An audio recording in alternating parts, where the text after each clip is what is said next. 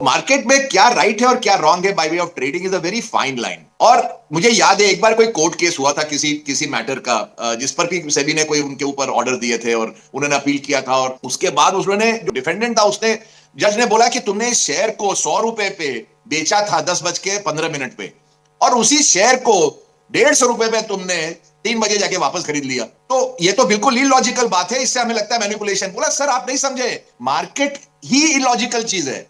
Market में sir आप logic, ये जज को समझा रहा है बेचारा वो आदमी कि सर मार्केट में अगर आप एक सामान्य लॉजिक लगाएंगे तो कोई इलॉजिकल मार्केट है। यहां पर नीचे के भाव में सेल बनता है शेयर और ऊपर के भाव में वही शेयर बाई बनता है, बनिस्बत की उल्टा देखा जाए तो सिमिलरली आप जेन स्ट्रीट में आप इसको समझ सकते हैं कि इन्होंने उस मार्केट की एक वीकनेस थी, जो कि मैंने आज मेरे बिजनेस स्टैंडर्ड के आर्टिकल में लिखा है कि एक बहुत बड़ा लैकूना हमारे मार्केट में उत्पन्न हुआ जब से हमने बदला जो सिस्टम था पहले उसको एबॉलिश किया और ये मार्केट को बाइफरकेट कर दिया। कैश मार्केट अलग, फ्यूचर्स मार्केट अलग, जबकि बदला एक combined cash and futures market था जहां सारी लिक्विडिटी एक ही साथ होती थी। अब उसके चलते क्या होता था कि सारी वॉल्यूम एक ही जगह होती थी, एक ही सिक्योरिटी में होता था। रिलायंस फ्यूचर, रिलायंस कैश, ऐसे दो सिक्योरिटीज नहीं थे, एक ही था। रिलायंस शेयर है भाई, उसमें फ्यूचर्स भी कर लो, उसमें कैश भी कर लो। अब बाइफरकेशन के बाद आपको मालूम है डेटा जो है, जो कि टेल वैगिंग द डॉग वाली बात है। अब ये जो टेल था डेरिवेटिव, क्योंकि वर्ड डेरिवेटिव का क्या मतलब होता है, वो डिराइव हो रहा है उसके अंडरलाइन कैश से, वो बन गया। Actually speaking the tail became bigger than the dog.